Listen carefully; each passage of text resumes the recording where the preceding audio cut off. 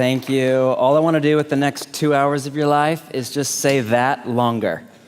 So why did you fly me across the ocean for that? I have no idea. But I found good coffee. Well done. It was roasted in America. But what can I say? It's still really good. No, it's great to be with you. We Portlanders, we just inner homing beacon to single origin in every city we visit. Luke chapter 6, seriously, I just want to expand on that idea right now. Luke chapter 6. Let's start again with Jesus.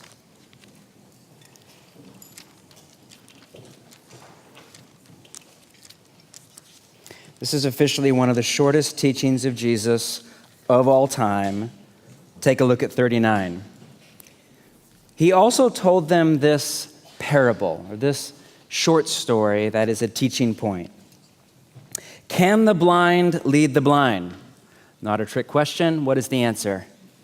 No. Will they not both fall into a pit? What's the answer? Yes. The student is not above the teacher, but everyone who is fully trained will be, or that can be translated, will become like their teacher. Again, that word student is mathetes in the Greek. It's the same word that is later translated disciple, or as I said, we prefer apprentice. And the word teacher there, or master is rabbi. So this is a teaching about apprentices and the rabbi. And all I want to re-say again from this morning is one of the central goals of apprenticeship to Jesus is to become like him.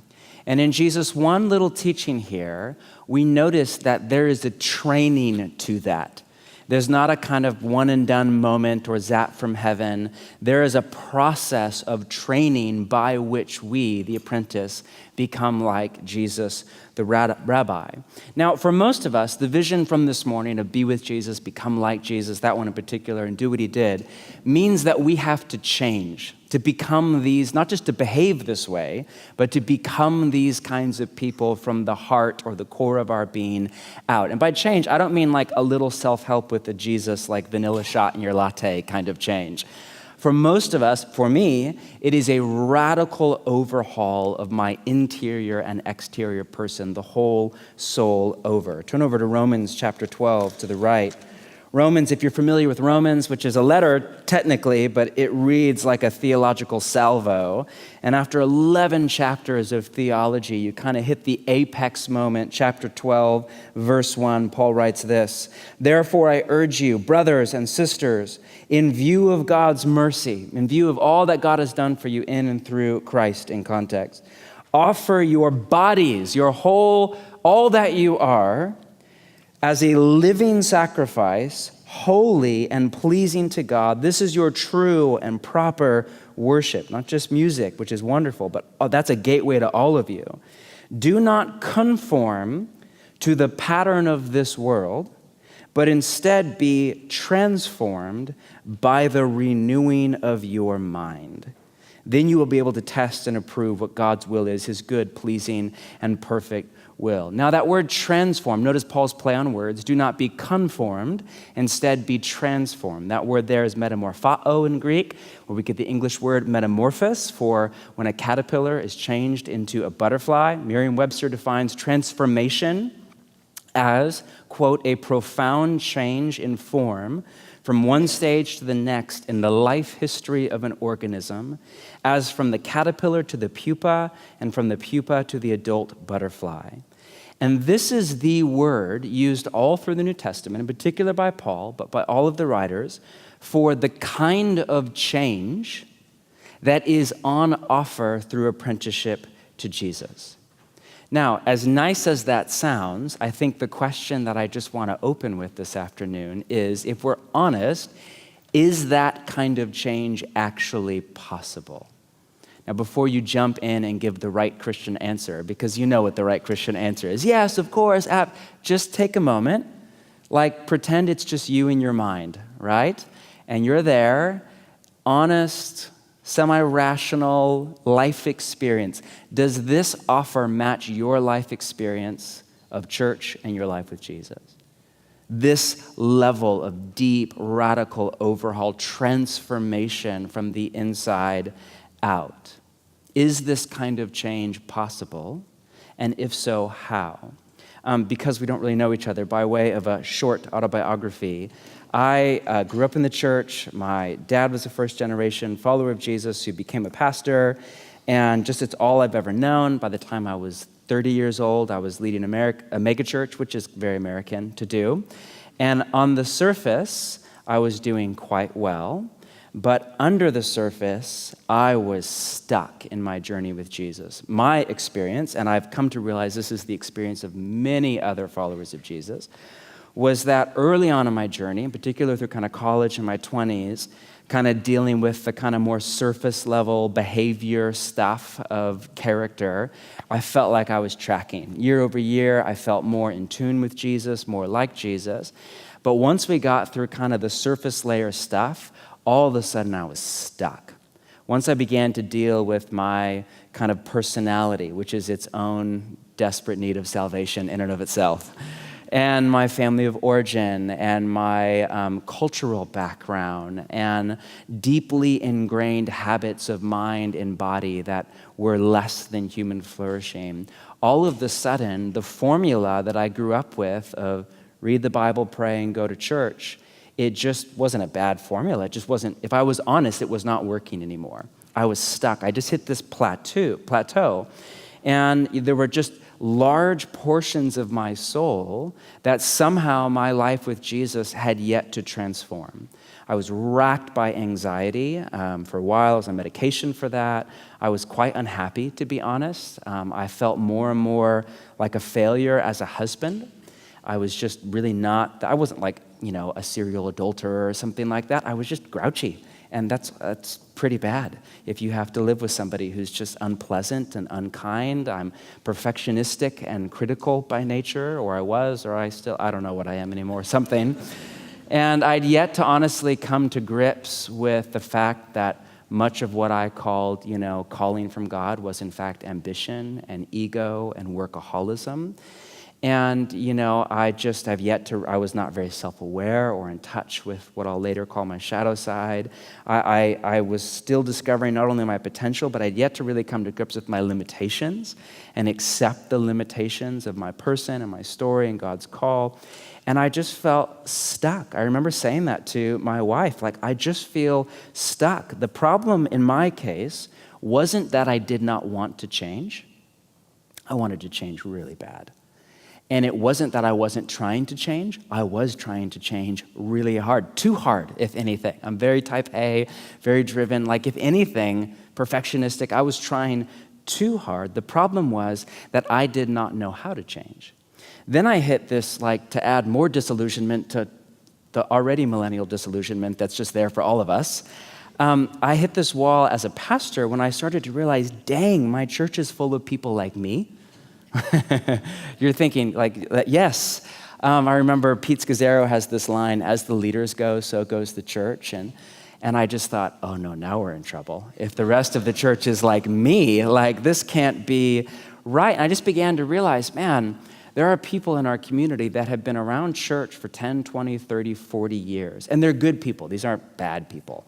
But if we set Jesus' Sermon on the Mount as the bar for success, Matthew 5, 6, and 7, if you've not read it, which often people want to write off as this hyper-idealistic, and the bar is set high, but read the Sermon on the Mount. Jesus is brutally honest and down to earth. He assumes that you will want to lust after and objectify women in particular, that you will look at contempt and anger, not just anger because somebody crossed you, but contempt thinking you are better than somebody else, that you will worry about things that in the scheme of eternity don't really matter, that you'll do the right things, such as the spiritual disciplines, prayer and fasting, for all of the wrong reasons, that you will judge other people. Does that sound at all like your life or mine?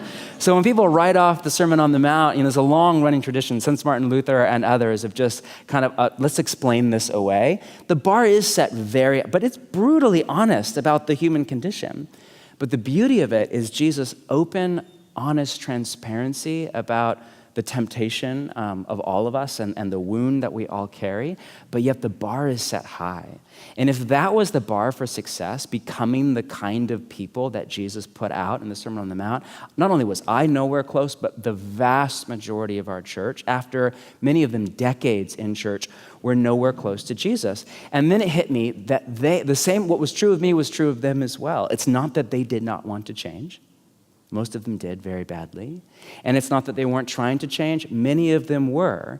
It's that they, like me, did not know how to change. It's my experience that most followers in the West, of Jesus in the West, do not have a working theory of change. If you were to actually just pull somebody out of the audience, I won't do this to you, and just say, okay, so you are this person, and on the horizon, this is who you have the potential to become in apprenticeship to Jesus. Very different person. How do you change? How do you become that person? My experience, just think about that. Maybe just take a moment. How would you answer that question? Don't feel like right or wrong. Just in my experience, most people have never thought about it. Or most people devolve to Christianese, like, I'm just like trusting on the wings of God to carry me. And I love poetry. I love Psalms, love Isaiah. But then if you drill through the BS, what do you actually mean by that? Flying on the wings, wonderful. Let's sing that. What do you do tomorrow morning? Or what does God do or whatever? Or people will just say, well, I just believe God does all the work. And to which the answer is then, well, why is he not doing it on you? or no, I'm kidding. Come on. Do we know each other well enough for that yet? Oh, I'm still very much in process. But in all honesty, if you had asked me, even 5, 6, 7 years ago, and this is me through Bible college, through seminary, lead pastor of a large church, how do people change? You think that's the first thing they would teach you in seminary? We never talked about it once. Went through 7 years of higher education around Bible and theology. We never once talked about how people change. And so honestly, I had either no working theory of change or just one that was handed to me that honestly I never really even thought about critically. I think if I had to articulate it, it would be something like, read your Bible and pray in the morning, go to church a lot, try really hard, but somehow do it in the Spirit's power, and then God does the rest. And again, all of that's good stuff, and that will deal with the surface level issues in your life. But that, in my experience, will not take you where you want to go with Jesus and where Jesus is calling you and me to go. So what I want to do with you today is I've been on this journey the last 5 years. I quit my job, radically kind of overhauled my life, and have spent the last half a decade really just in some pretty intense reading and research, both through self and life, around what is a working theory of change. And I do not have all the answers, but I want to offer you some, at least a shot at some of them.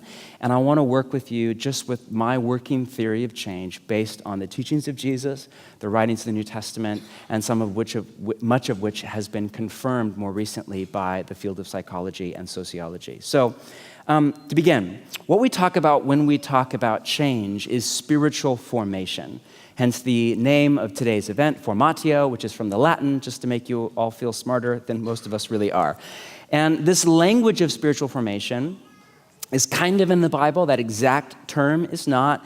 If you've been around the church any length of time, it's just updated language for sanctification, because that word that's a whole other story. We don't use it in the way it's used by Paul in the New Testament. And often it comes with that kind of just use willpower and try really hard to be holy kind of mindset. And so spiritual formation is updated with really, you could say, more modern research from psychology. Really a better way to frame that is more ancient methodology. Remember that prior to the Enlightenment, theology, philosophy, and psychology were not separate disciplines. The vicar or the priest was called the cure of souls. In Latin, it's cure. That can be translated both care and cure. His specialty or her specialty was the health and growth of the soul, which is the whole person. You read any of the early church fathers, mothers, you read the mystics, you read St. Teresa, Catherine of Siena, you read St. John of the Cross. They sound way more like Christian psychologists than Christian theologians. So all that to say, in my mind, the kind of late modern secular, let's divvy this up, and the pastor pastor will talk about prayer and the Bible and everything else goes to the secular arena is just not helpful. So there's an ancient kind of marriage here that more and more goes by the name of spiritual formation. It is tied to language from the New Testament. That word formation is used here. It's from metamorphao, and there are different iterations of it used by Paul. It's translated formed or transformed or conformed. It's all language used throughout the New Testament. Spiritual formation is, put simply, the process by which we are transformed from the inside out to become more like Jesus, and in doing so, our real true self. Dallas Willard defines it this way: spiritual formation in the Christian tradition is a process of increasingly, in just a little bit of time, being possessed and permeated by the character traits of Jesus as we walk in the easy yoke of discipleship with Jesus, our teacher. I love that. Robert Mulholland defines it as being formed into the image of Christ for the sake of others. Now, here's the key idea we need to begin with. Spiritual formation is not a Christian thing. It's a human thing. At an anthropological level, to be human is to be dynamic, not static, meaning every minute of every day, right now, you are being formed into somebody. You're being shaped, if you prefer. Put another way, as I said this morning, we're all disciples of somebody or something.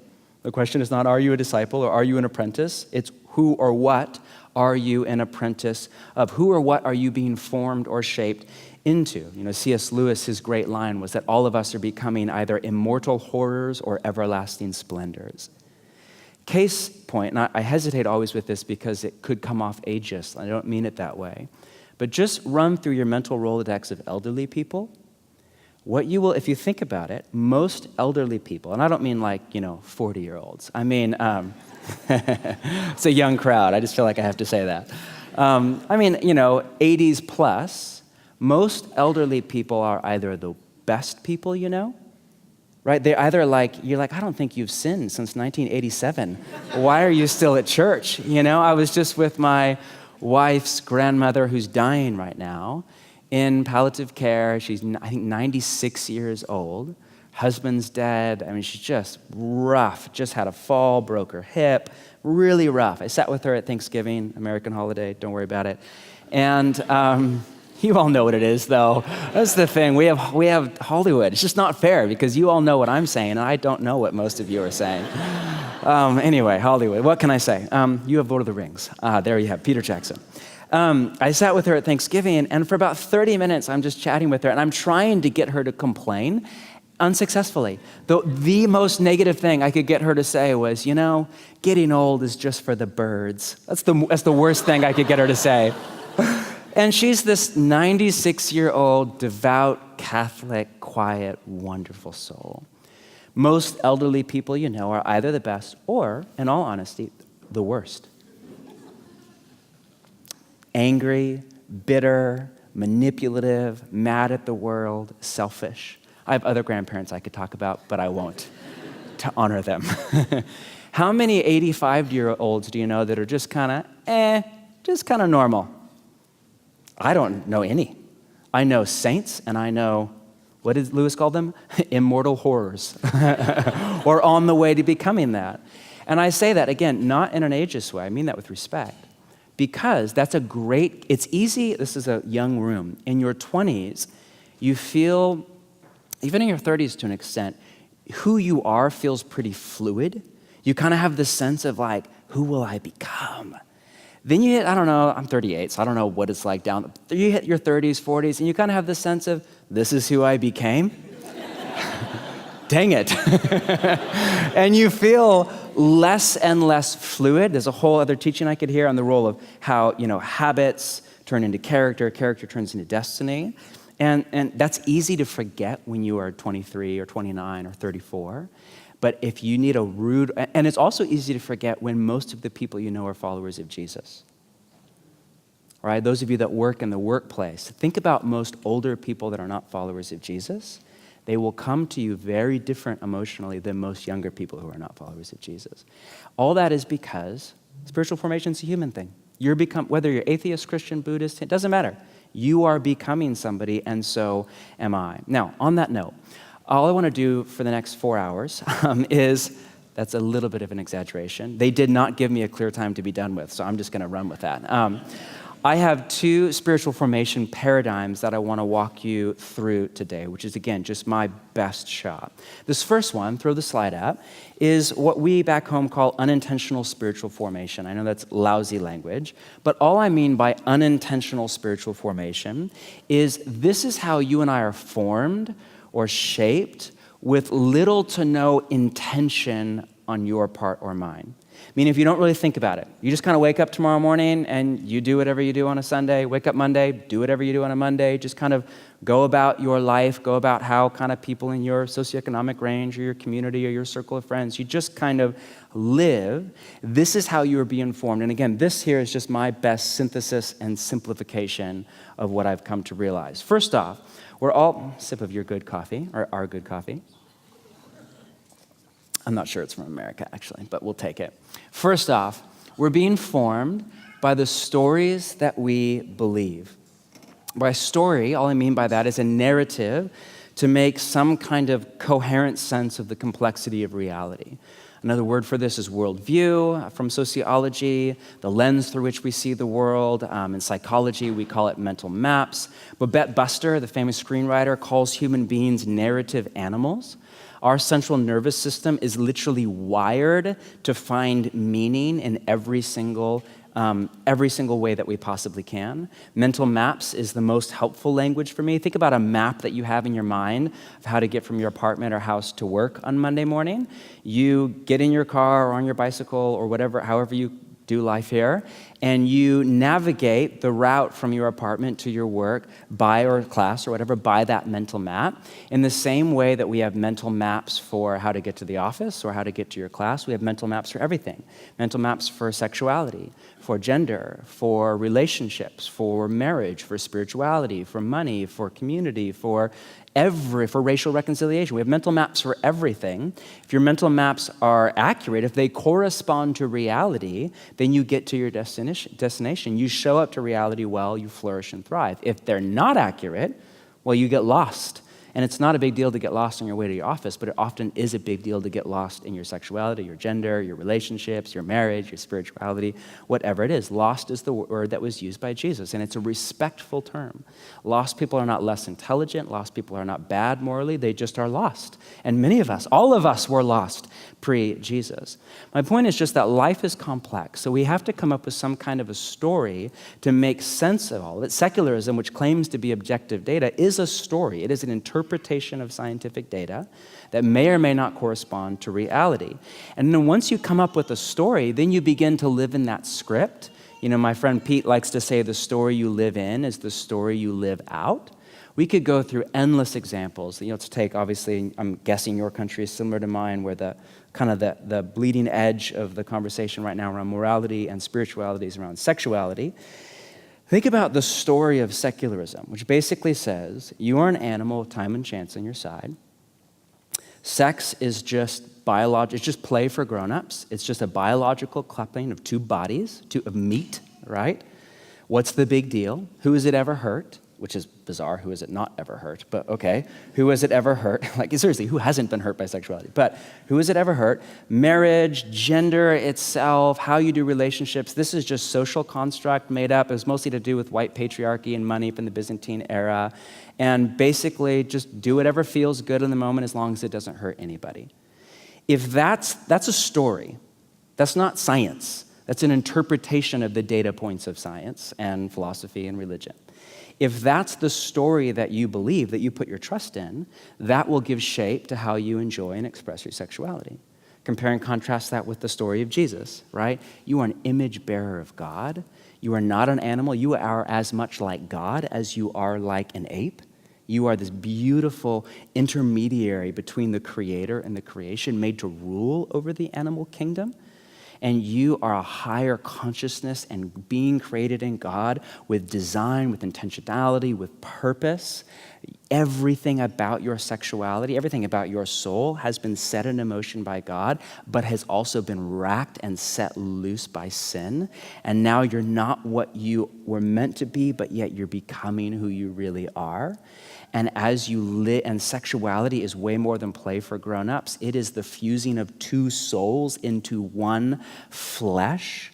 And the only relational container strong enough to hold that kind of raw nuclear power is two people who say, until death, I am with you no matter what. Everything else outside of that is, no matter what PR scheme it goes through, is dehumanizing. It does not honor and respect and love the person. Those are radically different stories. And we could go through money. We could go through the capitalistic mantra of the more you have, the happier you are, and that's the route. And we could say that's a story. Does that story correspond to reality? Do you feel happier the more stuff you get?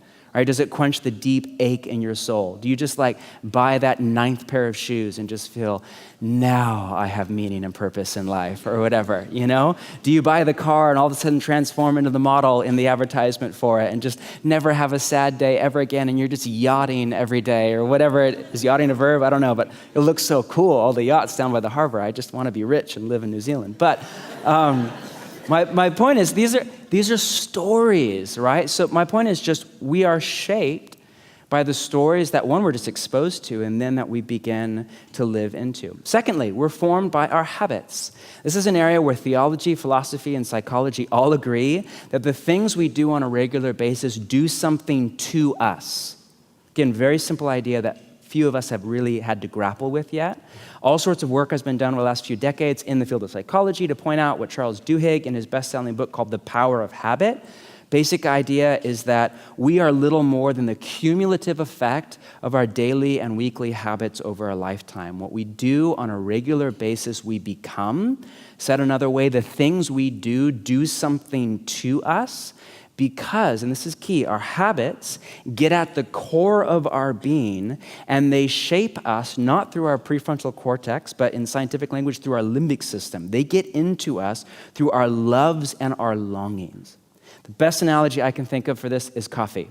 So, how many of you liked coffee when you were a kid?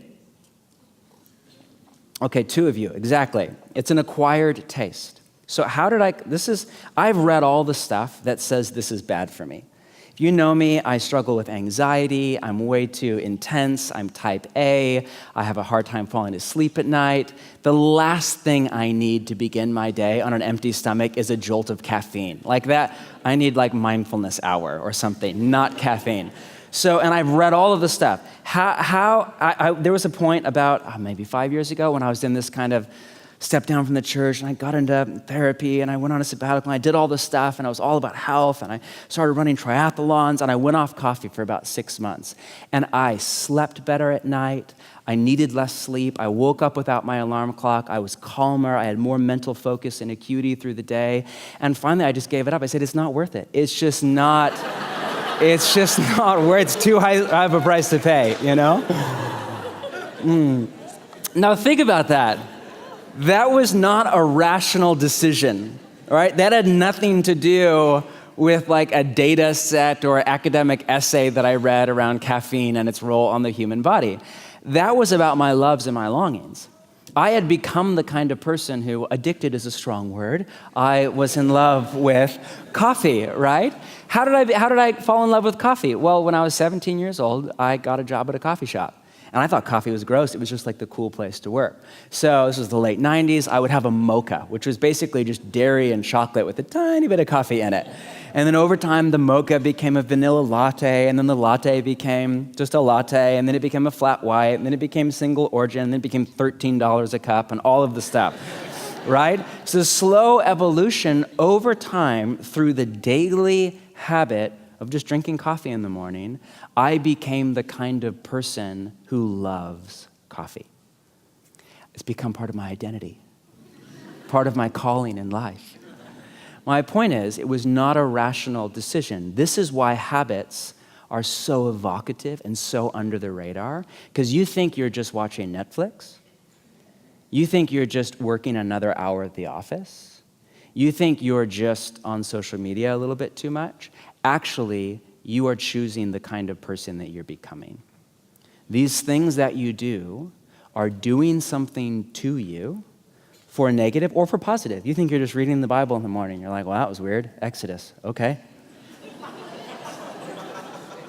You think you're just at church again. You're like, who's the American? Okay. Okay. Great. Actually, the spiritual disciplines are doing something to you. More about that later. My point is your habits get in at the core of your being and form you. Third, we're formed by our relationships. This is kind of common knowledge, but we become like the people that we spend time with on a regular basis. It's easy to think about your circle of friends.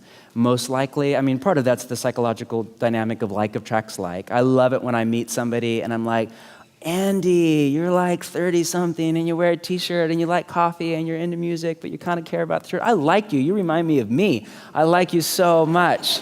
You must be fantastic. We don't actually love them. We love ourselves. And so when there are people that mirror us back to us, we're like, you think like me, vote like me. You're into Chance the Rapper too? Wonderful. Here we are together, the whole thing.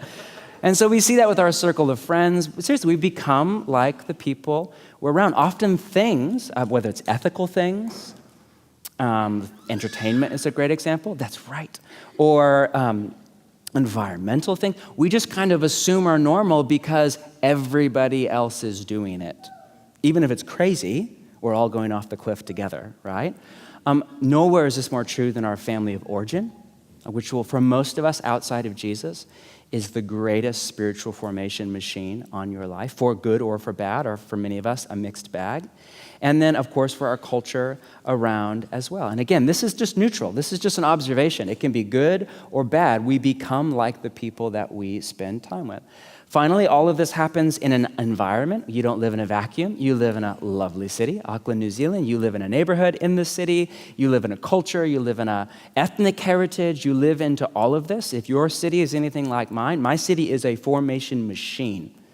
It is intentionally trying to form me into a very specific kind of person. Some of it is great. It just wants me to recycle everything and ride my bike everywhere and, care about social justice. Some of it's wonderful. Some of it is really dark. Some of it is really messed up. Some of it is really hostile to Jesus and to human flourishing. The danger is the longer that you live in a city or an environment of any kind, the more you become like that city or like that environment, and the more you're the blind with the blind. The more blind we become to the ways that our city has formed us. I read that little book, I'm not sure how to pronounce it, forgive me. I think it's Hui, Come Home, whatever. I said it wrong. I'm so sorry. American, what can I say? Just beat me later. But just reading about, it was a beautiful read about your country, but just the gravity, the weight, the tragedy of colonialism, and the way that people were so enculturated, they didn't realize they were enculturated. And it's so easy to point the finger. It's so easy to look back and think, how could they ever have done that? But yet, we're still doing the exact same thing. We forget that colonialization now is no longer about geography, it's about ideology. I come from one of the most progressive cities in our country, and let me tell you, there is ideological full-on colonization that is borderline violent. You have to think this way, or we will pariah you till no end. My point is, the goal now isn't to conquer the territory of the world, it's to conquer the idea systems of the world. It's still this exact same human thing, and often we're so blind to it, we don't even realize the ways that we've been formed by our environment. Whether it's our city or, of course, the digital age. Now we all kind of live two places at once. Why I can travel here from the other side of the world, and most of what we say to each other translates. And we kind of all dress the same and think the same, and you have a great little coffee shop right up the road, just like we have a great little coffee shop up the road, and you sing beautiful. It's so similar, because as the world is getting bigger, it's also getting smaller. My point is that the stories we believe, the habits we live into, our relationships, and our environment, all of this forms us into a very specific kind of a person. Just set morality aside, for good or for bad, just forms you. All of this happens over time. All right, think about the difference of an immigrant or emigrant or whatever, somebody who's been in Auckland for a few months versus a few years versus a few decades. Like, I don't know your city well enough yet to know the stereotype. I know my city. Like, you can tell whenever somebody's come from, like, the South or Texas or even Southern California, you're like, wow, you drive a truck. What is wrong with you? You know what I mean? Like, you'll just see somebody new to the city in some like F450 or some giant truck. Like, where do you parallel? I live in the city. It's like everybody's on bicycles and in hybrids if you're really a sinner, you know? Like where are you going to park that thing? And you're like, you must be new here, right? And they have an American flag on the back and a gun and like, who knows what they are, you know? Like, you will not last. Trust me. 3 years from now, you'll be like making your own hemp breakfast or whatever. Bicycling everywhere and recycling your toilet. I mean, just everything, all of the stuff, you know? My point is, like, you can tell somebody who's new, I don't know what the stereotype is here, but somebody who's new to somebody who's been around, where it happens, and that's what's so tricky about it, is it's the frog in the water analogy, you know? It's like so slow, so gradual, so incremental, that often for good or for bad, often like you'll wake up and you'll realize, oh my gosh, I've been transformed by Jesus. I used to really struggle with this, and now it just feels like a non-issue. Or the opposite, you wake up and think, I said I would never cross this line ever, and that line is 10 feet over there, right? Because it's so slow. And then, of course, all of this through experiences. Good, bad, divorce, you have a child, you don't have a child, you make a lot of money, you go bankrupt, you experience trauma, you live your best life now, whatever it is. My point is, all of this has an effect on who we become. And listen, all you have to do is wake up in the morning and do whatever it is you do. You don't need a life coach to do this. You don't need to make a plan. You don't need like a day to plan out 2019. And all you need to just do whatever it is you do. Just wake up, live in Auckland, hang out, go to church, whatever it is you do, just do it. And all of this is at work in you. 3-minute break, don't go anywhere. Turn to your neighbor, talk about it. I'll call you back in 3 minutes. Introverts, I'm sorry. Go for it.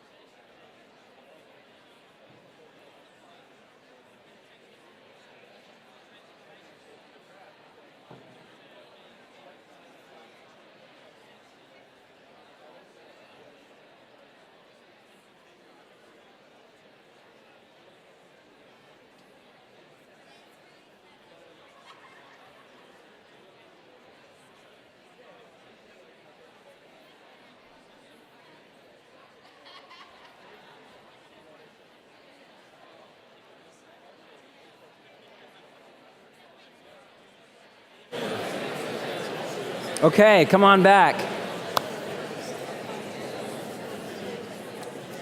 Now, let's move on to a working theory of change. How do we not just change in general, but more specifically, how do we, through our apprenticeship to Jesus, change to become more like Jesus and our real true self? Now, before we move on to paradigm number 2, first, there are 2, I don't know if myths is the right word, or misconceptions that I want to, in love, beat up on a little bit, that I think are the kind of gut, uncritical kind of working theory of most followers of Jesus in the West. Neither of these are lies. They're both half-truths, which are kind of the most dangerous things out there, because most of what I'm about to say in each myth or misconception is true. It's just not enough for it to actually work. Now, the first myth is basically all you need to do is know the Bible.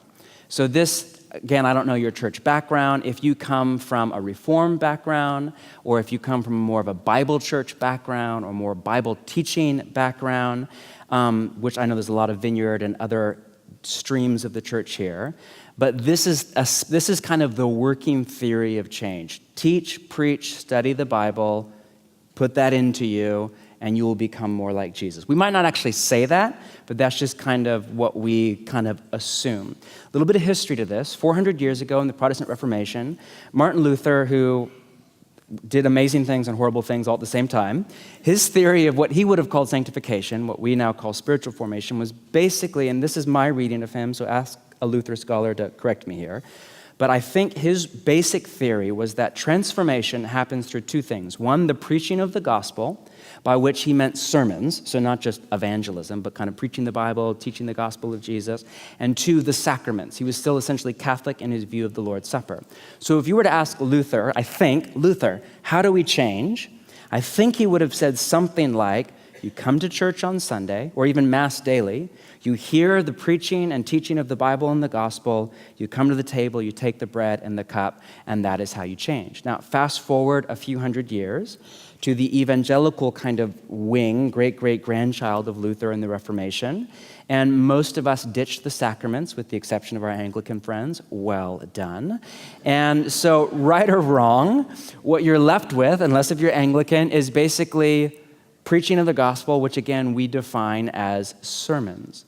And so the working theory of spiritual formation that many pastors and churches and followers of Jesus, myself until quite recently, work off is just make sure you're in a Jesus-centered kind of gospel-preaching, Bible-teaching church, and you will change. The problem is I have spent my entire life in those churches, Jesus-centered, gospel preaching, Bible teaching, exegetical, thoughtful, and I just know a lot of people that know Romans wicked well and are nothing like Jesus or very far from Christ likeness.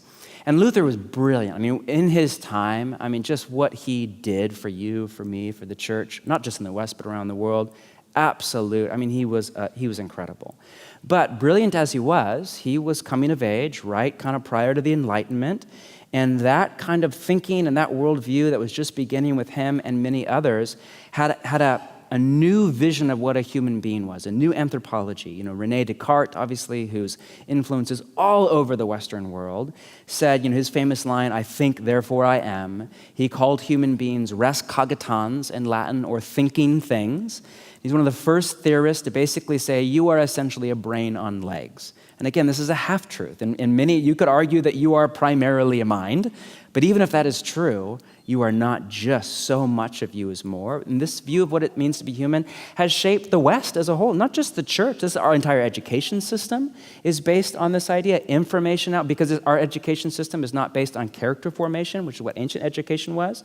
Liberal arts used to mean something totally different than it means now. Liberty used to mean something totally different than it does now. And so we no longer educate people to form them into a virtuous image. We educate them to give knowledge and information into their head. And because it's this whole view, information in, output is your person. The problem is, at a spiritual level, at a scientific level, everybody, whether you're an atheist, psychologist, or an ancient mystic, or theologian, everybody knows this is not true. We are more, not less, but more than a brain on legs. We are human. If this view, this kind of Descartesian Enlightenment Western worldview of what it means to be human was right, all we would have to do is is get the right information into our head. If you've ever tried to lose weight, how does that work for you? In my experience, as I age and I put on a few pounds once in a while, I'm like, dang it. I wish all I had to do was read a dieting book or listen to a 3-part podcast on the ketotarian diet or whatever. Boom, done, no problem. But how does that work for you when you're sitting there and the chips and hummus are on the table and there's red wine with it and then there's dessert after? Dang it. At that point, the problem is not up here. The problem is not a lack of information. You have all sorts of other problems, and a lack of information is not something. Jamie K. Smith, who's a Christian philosopher I love, tells this story about, he's from the Midwest of America, which if you've ever been there, it's just horrible food. And he tells this story about how his wife, who's lovely, was getting all into kind of plant-based, local, organic, farm-to-table diet. And he wasn't into it. He's from the Midwest, but he's an intellectual. And so he said, okay, give me a book. So she gave him a book. And he's sitting there reading this book on the slow food movement. And it's amazing. He's like, he's getting all like highlighting and taking notes in the margins. And he's like, yes, yes, yes. And then he looks up and he realizes, this won't translate here. Dang it. Do you have Costco here? You have Costco here. You know what it is. Americans. Is it on TV or something? Oh my gosh. He looks up and he realizes he's sitting in the Costco food court eating a hot dog. You know what a hot dog is, right? And that's like the worst of America on so many different levels. It is the antithesis of everything he's literally eating a hot dog from Costco while reading about the slow food movement. And in his mind, he's like, yes, yes, yes. But in his mouth, he's yes, yes, yes at the same time. Oh, it's so true. Laurie Santos of Yale calls this the Gi Joe Fallacy. Anybody grew up in Gi Joe? I'm dating myself a little bit here. 80s, right? So you remember the cartoons used to end with like this little public service announcement where there's this little end cartoon and you'd have like a 12-year-old kid. It was like a down power line or whatever, and he would like get close to the electricity. And then one of the Gi Joe guys would show up, or girls would show up in the tank or the helicopter or whatever, and would say, don't touch a live wire, or whatever the thing is.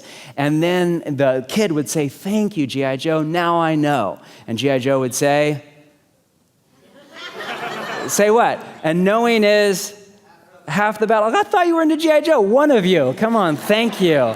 Knowing is half the battle. Laurie Santos calls this the Gi Joe fallacy. Knowing is not half the battle. I don't know what percentage it is, maybe 10 or 20%. It is the beginning. Without knowledge, you do not get very far at all. But it is not half the battle.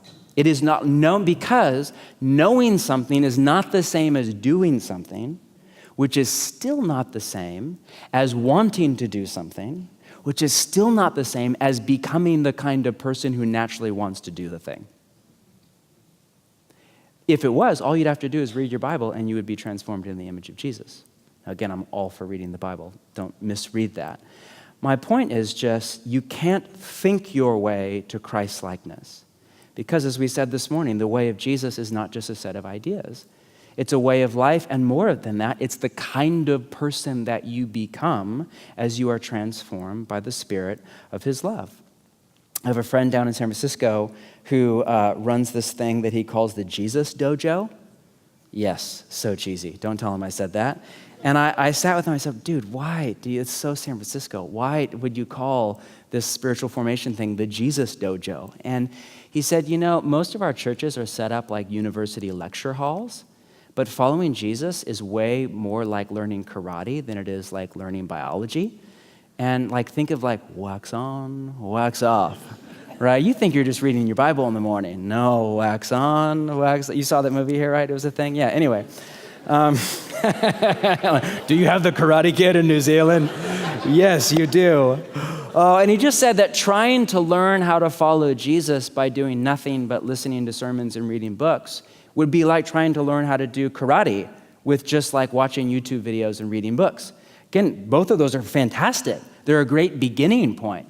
But at some point, you have to actually move to practice. The problem is that even in the most anti-intellectual churches, so fringe charismatic or Pentecostal or just more kind of rural, whatever it would be in your country, the most like anti-academic, anti-scholarship, anti-theology heady, most of the approaches to discipleship are almost entirely intellectual.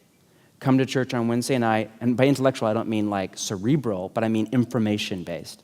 Come to church on Wednesday night and study the Bible, read this book with your small group and talk about it, meet Joe every Thursday morning for coffee to go through this book by whoever and talk about it. Again, all wonderful things. But you can do those for 30 years and not be transformed. That's the beginning of transformation. It's not the middle or the end. So that's the first myth. Second myth that I think is more popular in kind of the charismatic stream or the Pentecostal stream. I know many of you come out of that stream here. And again, both of these are beautiful streams of the church. It sounds a little bit more like you don't have to do anything. It's all God. And you will hear this sometimes from a hyper-Calvinistic view where there's this paranoia of good works. You hear it more from a Pentecostal or a charismatic. I call it the matrix theory of spiritual formation. Like, remember that scene when Trinity is on the top of the skyscraper, and like they're in trouble, and it's the famous scene, right, with the thing or whatever, and there's a helicopter there, and she gets in the helicopter, and she says, like, I need a download for a Huey, da-da-da, whatever it is, and then her eyes, like, flutter for a little minute, and they give her the computer download, and all of a sudden, she is an expert helicopter pilot, and she lifts off, and they do, like, this barrel roll and save the day. That's, like, I think how a lot of Pentecostals and charismatics think about spiritual formation. You know, like, I'm just going to come to church and be like, I need a download for whatever it is. And it's like, oh, just wait for it, boom, go out and do it kind of thing. And again, I am a charismatic, so don't misread me. I believe in the power of encounter. That life with God often comes down to moments. But my experience with encounter is that when we tell stories of people who encounter God and worship by singing or wherever it is, most of the time, they are stories about healing and about freedom, not about maturity. Now, healing and freedom, again, are key. They're the beginning. You can't get to maturity until you deal with a father wound, a mother wound, an addiction, whatever. Most of the time when we stand up, we hear stories. I was addicted to, you fill in the blank, and I had this encounter with God at this retreat, at this day, and my life, during the song, people prayed over me, prophesied over me, I was radically changed. Or I had this father wound. I was just living from bitterness and anger. I could not go near, men, or I could not have any kind of intimacy and openness in my relationships or whatever. And there was this moment I was prayed over, I was prophesied over, I unlocked something in me, and I just feel not perfect, but set free. You hear these beautiful stories that are absolutely key. Some of you, that's the next step in your journey. You need an encounter with God. You need healing and you need freedom. I have never heard somebody come up on stage and say, you know what? I was just really lazy and irresponsible. And I was just kind of on my phone all the time, and I would sleep in most of the time, and I just was kind of undisciplined in my habits. And I had this encounter with God. The next morning, I woke up at 4 a.m. I fasted, then I read through all of Leviticus, then I prayed in tongues, and then I prayed for the poor, and then I went to CrossFit, and then I went to the office 10 minutes early, went to inbox 0, and I've just not heard that story. You know what I mean? My point is, again, please don't misread me. These are half-truths. The power of the Spirit in encounter for healing and for freedom, and even for often growth, is immeasurable. I'm 110% into it. But we have to move past healing and freedom into Christ-like maturity. And that often is something a little bit different. The reality is, we'll talk about this in a minute, but change, spiritual formation, is a joint venture between you and God. Augustine, who ironically became the founder of Calvinistic thought, which is kind of theologically most uncomfortable with this idea of you having responsibility or you even playing a role in your transformation. Augustine was the one who said, without him we can't, but without us he won't. There is a joint partnership between you and Jesus. And now, I don't think it's a 50-50 partnership. I don't know what the statistical breakdown is. Is it 99-1 or 90-10 or 80-20? I have no idea. I think the primary heavy lifting is all done by the Spirit and the truth of God. More on that in a minute. But you have a role to play, a responsibility. Many people are frustrated, even bitter at the church, over the lack of transformation in their life, and it's because they are not aware of the responsibility that they carry. I don't understand the human nature in this. I know that to the Genesis story, the human condition is always to pass the buck to somebody else. The only person that doesn't pass the buck in the Genesis story is the serpent, which is fascinating. Adam blames Eve and Eve blames the serpent.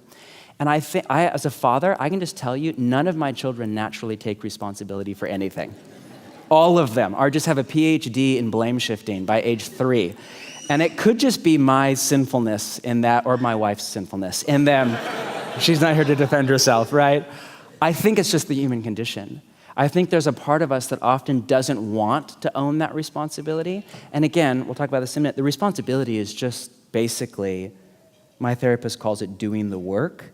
And he doesn't mean striving to try really hard to become virtuous. What you discover that the work actually is to slow your life down, open your whole person up to the Spirit and truth of God, meet God in your crap and in your pain, and let God transform you. That's the work, which isn't really work.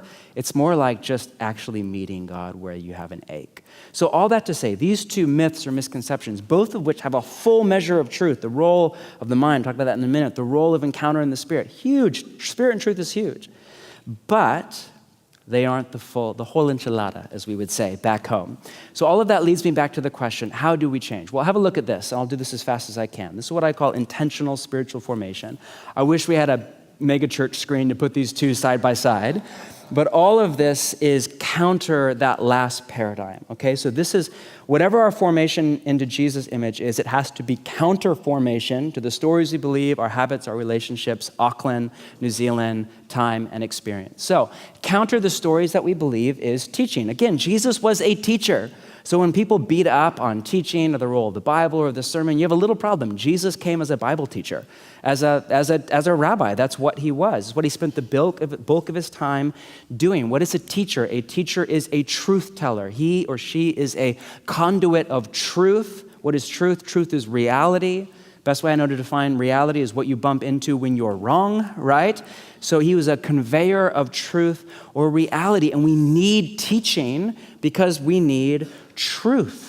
And good teaching does more than just tell you right from wrong. It gets into your head and even into your heart with a vision of the good life. Good teaching undermines the stories we believe that are not reality and replaces them with stories to believe that are reality. It says this is true and this is a lie. This is why Jesus would so often tell stories. And we tragically err as 21st century Westerners when we read his parables and think they're sermon illustrations that are like telling a cute story about my kids or something. These were subversive, radical, countercultural narratives, often that were very similar to common stories of his day that he would just tweak in order to just mess with people's worldview. This is the role of truth. And in our spiritual formation, the role of truth or reality or the narratives we live by is key. Human beings, what separates human beings from the animals above all is, you could either argue it's our will, our capacity to choose, or you could say at a mental level, it is our ability to hold unreality in our mind and then bring it into reality through our body. So this is what everything you do, from making breakfast in the morning to raising a child to starting a business, no animal has this capacity. You can imagine in your mind's eye something that does not exist, from a cupcake to a business to a house to a child. You can imagine it in your mind, and then through your body, you can bring the cupcake into being or bring the business. Think about a business. A business is an idea. It does not exist until you bring it into being with your body. But tragically, this capacity is also our Achilles heel. Not only do we have the capacity to hold unreality in our mind, we also have the capacity to then trust as if that unreality is true, and then live as if that unreality is true. This is why when the devil in the Genesis story comes to Eve, he does not come at her with a stick, but with an idea. Because again, we live from ideas. The devil's primary work, I deeply believe, in our world, especially in the Western world, is in the world of ideas that govern the structures and the systems of our society and our soul. What teaching does is it rewires our mental maps to reality, which then in turn makes it possible for us to show up to reality, whether it's to show up to our sexuality, our gender, our marriage, our relationships, our church, our spirituality, social justice, to show up to reality well. Nowhere is this more true. And then the teaching that we receive and what comes into our mind about God, because we will become like our vision of God for better or for worse, which is why Jesus' teaching, and even more the teaching of his life example of what God is like, is paramount in all of this. Now, again, by teaching, I mean more than just a sermon or what I'm doing right now. This is reading the scriptures. This is a podcast. This is reading a book. This is neuroplasticity and Hebb's law, neurons that fire together, wire together. This is meditation. This is even prayer. Paul calls it in Romans 12, we read that, the renewal of the mind. This is how we're transformed, or the beginning of our transformation. And again, Christians seem to just instinctively get this. Like you put Christians from pretty much any culture together for very long, and they're going to have a Bible study. They're going to read a book. They're going to listen to a podcast. They're going to sit around and talk about it and have discussion questions. Like just Christians, something about us must read Bible and talk about it, or something. And this is beautiful. Christians sell a per capita. It's interesting. We're this tiny population demographic. Did you know that the reason there's a Christian publishing industry is because Christians consume this massive statistical chunk of the publishing industry. We're just readers across the world. We read, we think, we study the Bible, we memorize scripture. This is instinctively, I think, us saying yes to the Spirit in us, saying, man, Jesus was a rabbi, he was a teacher. We need this truth in our mind. But teaching, getting right ideas into our head and even to our heart is not enough. We also need practice. Counter the habits that do something to us are the practices of Jesus, which are just, if you want to call them the spiritual disciplines, that's fine as well. Back to the Sermon on the Mount, I think we have a slide here. People read the Sermon on the Mount and think, oh man, that's unrealistic, it's so high, it's out of this world. And people often forget that at the very beginning of the sermon, first thing before his first kind of teaching, and at the very end, Jesus has a line about practice. He writes this in the beginning: anyone who sets aside one of the least of these commands that he's about to lay out and teaches others accordingly will be called least in the kingdom of heaven, but whoever practices and teaches these commands will be called great in the kingdom of heaven. There's practice and teaching. Next slide. At the very end, last thing, the story of the two houses, the two building projects. Therefore, everyone who hears these words of mine and puts them into practice is like the wise person who built their house on the rock, if you know that story. Jesus assumes that this way of life that he has on offer, that we read in the Sermon on the Mount, is going to take a life of practice in community. He just assumes this. Yet often, many of us don't think of our life with Jesus as a kind of practice. Richard Foster, who was kind of in the Protestant tradition, his book, The Celebration of Discipline, in 1978, was kind of the beginning of this whole conversation that we're still in right now. And after he was this little-known Quaker pastor, actually right outside my city in a tiny little college town, church of 100 people or something like that. His book became this, million-seller kind of thing, swept through the Western church. And he began to travel around for many years after that and just teach on spiritual formation, like what I'm doing, but better.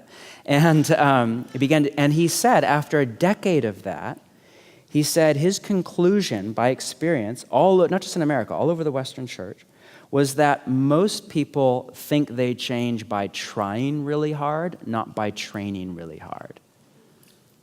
And for him, it came down to that, trying versus training. How we approach transformation is, here's the vision, go try to do it really hard. So we have a teaching on anxiety. Jesus has this whole vision of you become a non-anxious presence, da-da-da. And then it's like, okay, so everybody, this week, don't worry. And you make it to the parking lot and you get an email from your boss and you're like, duh, and you're racked by anxiety. You're not even home yet, or whatever it is for you. When really the role, it's about training. Best analogy I can think of, let's say you're here, you all look like fit New Zealanders, but hypothetical scenario. You're here and you're just way out of shape and you're overweight and you've spent time in America and you're asthmatic and whatever it is. And you decide, you know what, I'm a holistic being. It's not about image or any of that stuff, but I want to be healthy. So you decide to run a marathon. I don't know what a marathon is in kilometers. I have no idea. How many? 42? Great. So you decide you want to run 42 kilometers. How do you change? How do you become the kind of person who can run 42 kilometers? Do you wake up tomorrow morning, have a banana and a glass of water, and just try really hard and go run 42 kilometers? No, of course not. What would happen if you tried really hard? You would die. You'd die.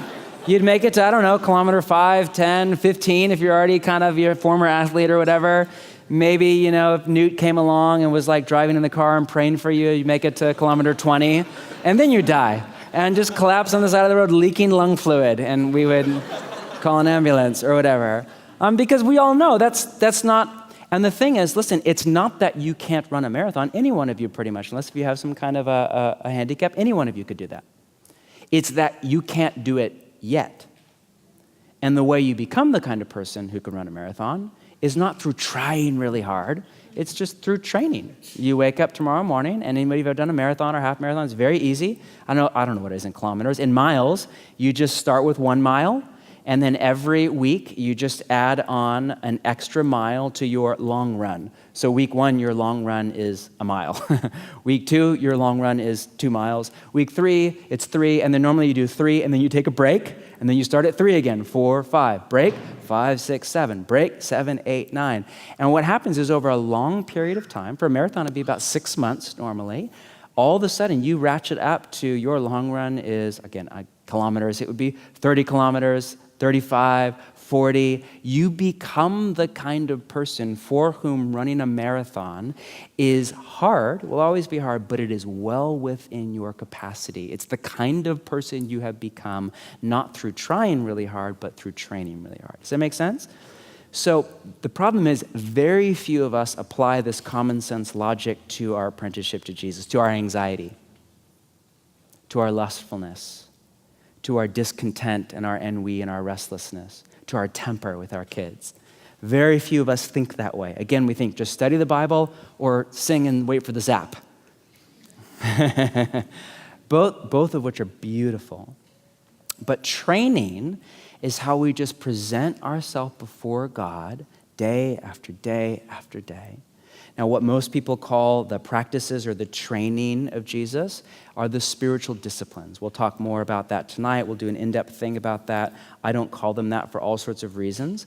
But whatever you call these training habits, these practices, these spiritual disciplines, these details based on the lifestyle of Jesus, all they are counter habits. So if Netflix is doing one thing to you, do you have Netflix here? And alcohol is doing one thing to you, and your friends are doing one thing to you, and your education system is doing one thing to you, you begin to take on the counter habits of Jesus. You begin your day in the quiet, in prayer and in scripture. You do life around a table with people who follow Jesus. You present yourself at church on a Sunday. You come to an event like this. Are you trying really hard right now? You just feel like, ah! No, you're just sitting there, sipping coffee and bored with me talking too long.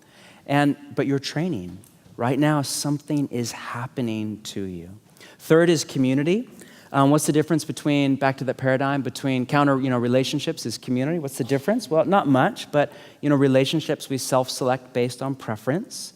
Community is more like family. You have little no say in who your family is. You may love them, you may not, but they are your family.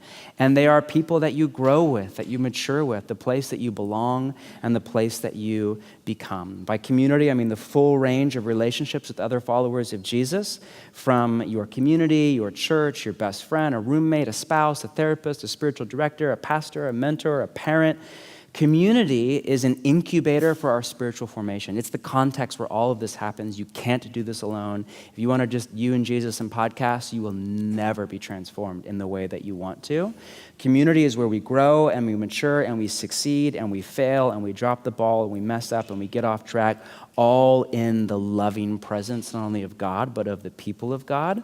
Community does two things that you really can't get anywhere else: exposure and encouragement.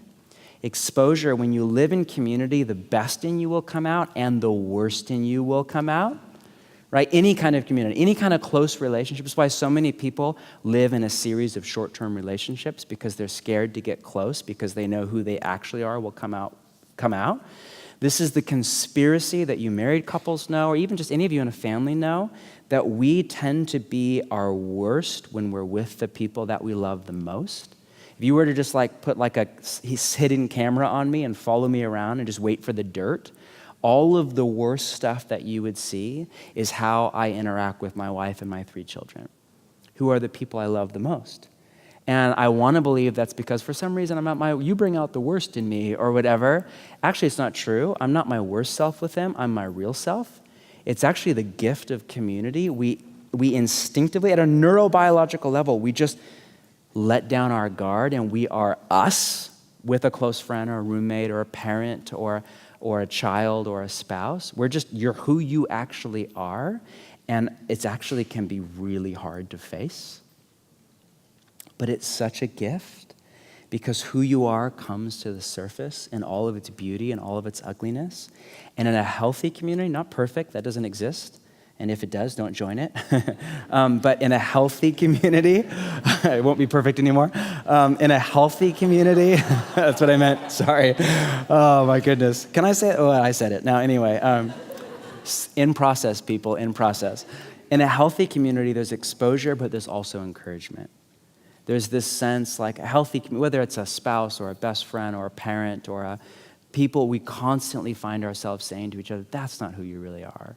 And calling each other away from our sin, if you want to use that language, into Christ's likeness. This is what community does. Now, community is hard. I don't care if you're an extrovert or an introvert. It's a myth that extroverts are more into community than introverts, right? Community is not the same thing as being social or having fun with people. It's in-depth relationships with other people who follow Jesus. Whether you're introverted, whether you're extroverted, whatever, community is messy. There's the ideal of community, then there's the reality of community. Because part of what it's supposed to do is exposure and then also encouragement. But community is non-negotiable. It is how we follow Jesus. Then we're transformed. Counter our environment is the Holy Spirit. Everything I said this morning about abiding, the dream is that as we present ourselves before God, that the Spirit of God becomes our environment more than Auckland for you or Portland for me, that we are then transformed by the role of the Spirit of God in our mind and our life. This paradigm here is a combination of our part and God's part together in our transformation. I think next slide, forgive some of the Portland language here, but if you were to separate out your responsibility from God's responsibility, as I see it, our responsibility is just the practices in community. We just do the practices of Jesus. We present our mind and our body before God in that way, and we do it together as a community. God's responsibility is to transform us through spirit and truth. Another way to frame that, spirit and truth, is Jesus language. Another way to say that is presence or even relationship and reality. Think about how, say, a therapy session, if you have a good therapist, is 10 times more transformative than a book. Because what is therapy? It's spirit and truth, if it's done well. You're in the presence, in relationship with a loving, wise soul, and truth is spoken into your life. And I can spend 45 minutes I have this Jesus, amazing 70-year-old therapist guy, and walk out a changed man. Nothing happened. I just sat there in spirit and in truth. That's just a small picture of what happens on a grand scale with the spirit and the truth of Jesus. Back to our other slide.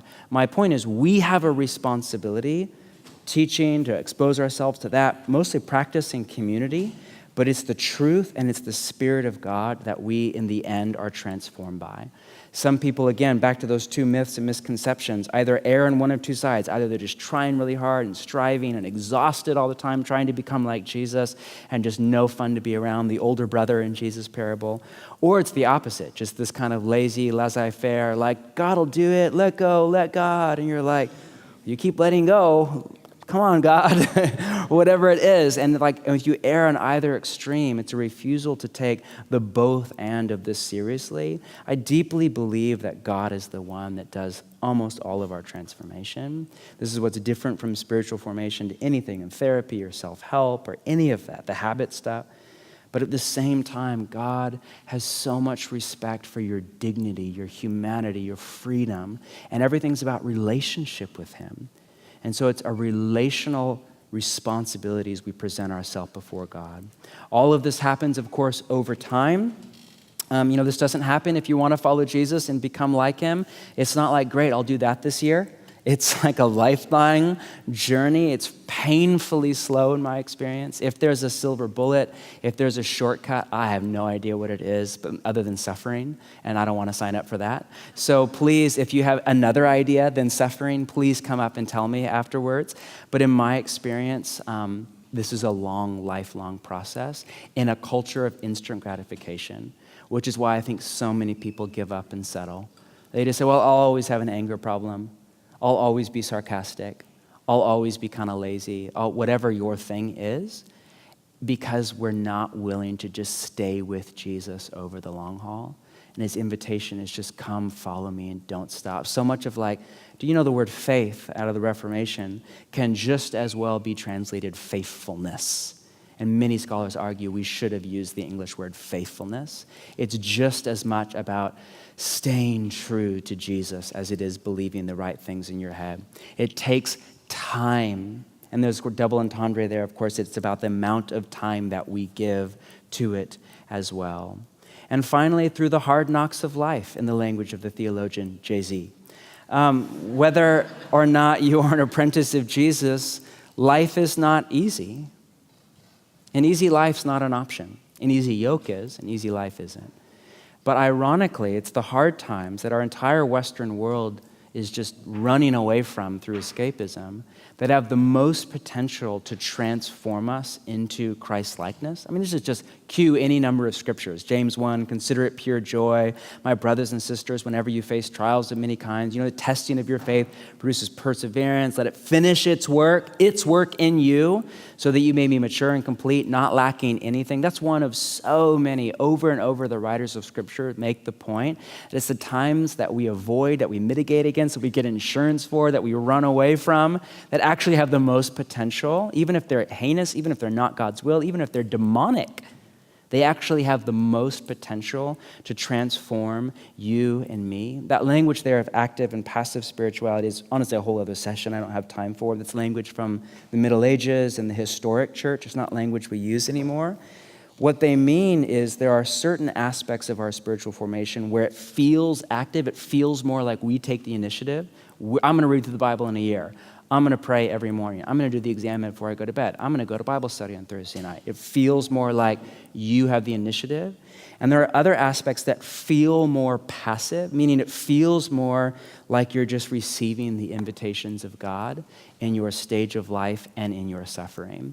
And the more I get into this, the more I realize, man, the passive dimensions of our spiritual formation are some of the most evocative. One of the hardest things for me to grapple with in the last year has been the acknowledgement that I am not in charge of my spiritual formation. Jesus is my shepherd, not me. This is not Project Self with Jesus there to baptize it. This is apprenticeship to Jesus. He's the pastor, I'm the sheep. I've been around sheep. You have a lot in your country. It's not the most flattering image, but it's beautiful. And so it's often in these moments of suffering that we just avoid like the plague, even if they're not God's will for your life, even if God's hand was not involved in that pain, that illness, it was demonic, it was life, it was just chaos theory, it was whatever. Still, there are invitations of God for you just to say yes in that season. What is God wanting to do in me? And everything in our culture will just want you to escape and get back to looking and feeling good. The invitation of Jesus is always to turn and face your suffering or your season head on, whether it's little kids or retirement or whatever it is, and just accept the invitations of God to go deeper, to meet God in your pain and let him transform you right there. So to recap, how do we change to become more like Jesus? Through teaching, through practice, in community, all by the Holy Spirit. And this happens over time and through the hard knocks of life. So to circle back to our kind of question, is transformation possible? Yes, heck yes. But it's not inevitable. It's not like just, read your Bible once in a while, go to church every other Sunday, boom, 50 years later, you will become Jesus of Nazareth, the second, or whatever. I wish that was true, all right? I wish it was true. That's beautiful. It's not a bad thing. It's wonderful. It's not enough to stand against the overwhelming tide of our culture, of the stories that we believe, the habits we live into, our relationships, our environment. It's just not enough. A story is told about Dietrich Bonhoeffer, who started, if you know his story, started this little seminary called Finkenwald in what's now Poland, was Germany at the time, because he wanted to form pastors that were basically countercultural agents against Nazism. And this is right before World War II kicked off. And he came from money, came from an upper-class secular home, liberal progressive Christianity, started in Germany, and ironically gave birth to Nazism first. Before it was leftist, it was rightist. And his family just thought he was wasting his life. He gave up a professorship to go out with 150 seminary students, and they'd just pray all the time and do Jesus stuff, and it's just beautiful. His book, Life Together, was based on that. So at one point, a family friend comes out basically to talk sense into Bonhoeffer and say, you are a PhD, you're one of the brightest minds in our country, you gave up a professorship, you come from money, like, what are you doing out here in, rural Poland with 120 seminarians, like, doing your thing? Come back to the university, come back to your family and your life. And the story goes, Bonhoeffer gets in a rowboat with this guy, and he just doesn't say anything, he's just quiet. He says, come with me. They row across this lake, and on the other side of the lake, there's a rise, and they walk up the rise, and there's a German military base on the side. Planes are taking off, and there's Hitler Youth down there training. And he points across the lake at his tiny little seminary, and he says, this must be stronger than that. And he gets back in the rowboat and goes home. And his point was, this, our apprenticeship to Jesus, has to be stronger than that, than the city outside these walls. Whatever it is that you do as you follow Jesus has to be stronger than the stories of your city, the habits of your city, the relationships and environment of your city. So to end, would you just stand with me, and then I'll turn it over in just a moment to Calvin. I'm way over time. An exercise that I find helpful, that I would love to invite you into sometime today. If you have a break now and you want to take a little stroll for a cup of coffee, or tonight as you're falling asleep, or even right now, is just to plot the trajectory of your character arc out 10 years, 20 years, 30 years, 50 years, and just in the safe place of the Father's overwhelming love, delight, and smile over you, just ask yourself the question, who am I becoming? Because at the end of the day, who we're becoming matters more than anything else. And by that I mean who we're becoming in relationship to Jesus. I care so much about faith and work and culture and all of that. But really, at the end of the day, what will matter a million years from today is the person that you become through relationship to Jesus and his community. Our culture just says a million other things are more important than that. But that's it. And in the safe place of the Father's love, God, even now, we just invite your gentle nudge. Would you, right now, I just want to give a moment of quiet before Calvin comes. Would you just open up your mind, not for the voice of guilt or shame, but would you just open up your mind and ask the Spirit of God to give you a vision of yourself, if you're 20 at 50, if you're 50 at 80, of yourself down the road, the Christ-like you, the set-free, whole, not perfect you, perfection is not on offer, but the whole, healthy, mature, Christ-like you. Would you let the Spirit put in your mind's eye a vision of who Jesus is calling you to become as you journey with him and are transformed by his Spirit and by his truth as you just show up over the long haul? Let's just, before Calvin comes, just take a moment. Spirit of God, come into our mind and our imagination now. Give us a vision. Come and do it. We know you want to.